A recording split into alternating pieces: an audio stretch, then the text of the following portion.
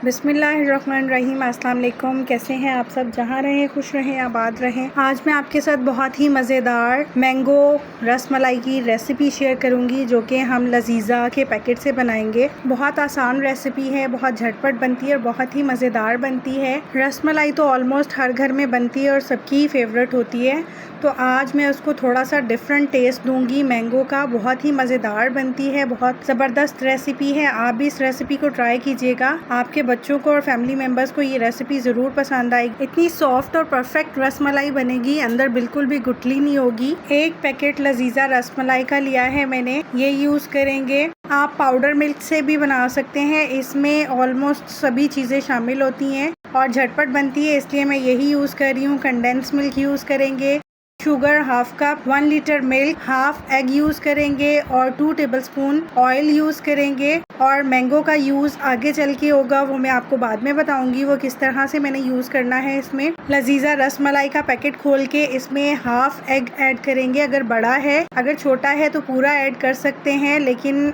Egg ज़्यादा हो जाता है इसलिए मैं हाफ ही ऐड करूँगी और अच्छे से फेंट के ऐड करेंगे। एग अगर पूरा यूज़ करते हैं तो फिर ये डो की फॉर्म कभी भी नहीं लेगा, ये लिक्विड सा आपका मिक्सचर बनेगा। ऑयल ऐड कर देंगे और हाथों से मैं इसको अच्छे से डो बना लूँगी, अच्छे से नीट डो बनाएंगे। जब डो नीट बनाई जाती है तो उसकी वजह से हमारी रसमलाई फटती नहीं है और बिखरती भी नहीं है। अब जिस पैन में हमने रसमलाई बनानी है उसमें 1 लीटर मिल्क को ऐड कर देंगे और मिल्क को बॉयल आने तक गरम करेंगे। मैं यहाँ पर 1 लीटर ऑलपस का मिल्क यूज़ कर रही हूँ, आप फुल फैट मिल्क भी यूज़ कर सकते हैं। ऑलपस थिक जल्दी हो जाता है इसलिए ऑलपस यूज़ कर रही हूँ, आप जो भी मिल्क यूज़ करना चाहें कर सकते हैं। हाफ कप शुगर ऐड कर देंगे और हाफ टिन कंडेंस मिल्क का ऐड करेंगे। शुगर आप अपने टेस्ट के अकॉर्डिंग ऐड कीजिएगा, कंडेंस मिल्क अगर है तो ठीक है आप डाल सकते हैं, वरना ऑप्शनल है, लेकिन इससे बहुत ही अच्छा टेस्ट आता है। आप मिल्क को अच्छे से मिक्स कर लेंगे और ये देखिए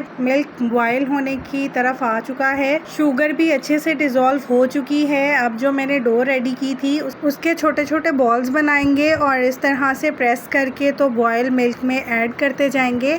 बाकी के रसमलाई भी मैं इसी तरह से बना के बॉयल मिल्क में ऐड करती जाऊंगी और दूध को हम मीडियम फ्लेम पर इस टाइम उबलने देंगे, आंच स्लो नहीं करेंगे। अगर दूध ठंडा होगा तो रसमलाई में गुठली बनेगी और जब रसमलाई हम दूध में ऐड कर देंगे तो उसके बाद हमने दूध में चम्मच बिल्कुल भी नहीं चलाना, वरना हमारी रसमलाई टूट जाएगी। ये देखिए बॉयल आता जा रहा है, जैसे जैसे दूध उबल के ऊपर आता जाएगा रसमलाई अंदर तक कुक होती जाएगी और फूलती जाएगी।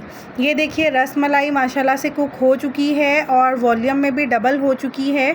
अब हमें दूध को थोड़ा थिक करना है और मीडियम फ्लेम पर ही कुक करना है, फ्लेम लो बिल्कुल भी नहीं करना। 8 से 10 मिनट कुक करने के बाद जब रसमलाई बिल्कुल रेडी हो गई है तो यहाँ पर मैंने एक मैंगो की प्यूरी हाफ कप क्रीम के साथ रेडी कर ली है, वो इसमें ऐड कर दूँगी और इसमें 2 से 3 टेबलस्पून के करीब मैं प्यूरी गार्निशिंग के लिए सेपरेट करके रखूँगी। इस स्टेज पे भी हमें इसमें चम्मच बिल्कुल नहीं चलाना। जैसे हम कोफ्तों को मिक्स करते हैं, पैन को हिला के इसी तरह से क्रीम और मैंगो की प्यूरी को मिक्स करेंगे ताकि हमारी रसमलाई बिल्कुल भी टूटे नहीं और मैंगो की प्यूरी अच्छे से मिक्स हो जाए। मैंगो की प्यूरी डालने से मिल्क और ज़्यादा थिक हो जाएगा और बहुत ही क्रीमी टेक्सचर आएगा इसका।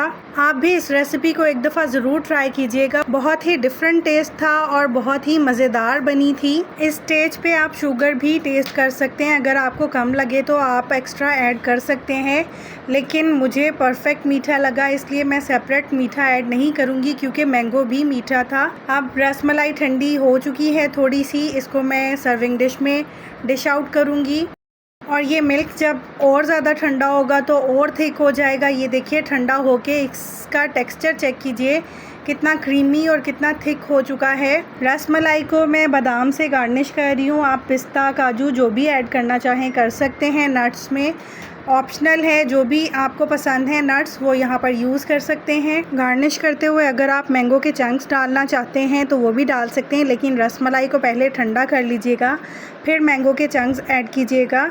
लेकिन ये इसी तरह से बहुत मज़ेदार बनी थी। जो मैंगो की प्यूरी हमने क्रीम के साथ ऐड की थी उससे बहुत ही ज़बरदस्त टेस्ट आया था। आप भी इस रेसिपी को ट्राई कीजिएगा और मुझे अपना फ़ीडबैक ज़रूर दीजिएगा। लास्ट में मैंने ये जो क्रीम और मैंगो की प्यूरी बचा के रखी थी उससे थोड़ा सा गार्निश कर रही हूँ और अच्छे से चिल करके इसको सर्व करें। आप जिस तरह से भी गार्निश करना चाहते हैं आपकी मर्ज़ी है, आप कर सकते हैं। अगर आपको रेसिपी पसंद आई हो तो लाइक कीजिएगा, कमेंट सेक्शन में अपना फ़ीडबैक ज़रूर दीजिएगा, जो कि मुझे बहुत ही मोटिवेट करता है कि मैं न्यू रेसिपीज़ आपके लिए लेकर आऊँ। और अभी तक अगर आपने मेरे चैनल को सब्सक्राइब नहीं किया है तो आपसे रिक्वेस्ट है कि प्लीज़ मेरे चैनल को सब्सक्राइब कीजिए। नोटिफिकेशन के लिए बेल आइकन ज़रूर प्रेस कर लीजिएगा ताकि मेरी हर वीडियो और हर रेसिपी का नोटिफिकेशन आपको मिल सके। फ़ीडबैक ज़रूर दीजिएगा, मुझे फ़ीडबैक का इंतज़ार रहेगा।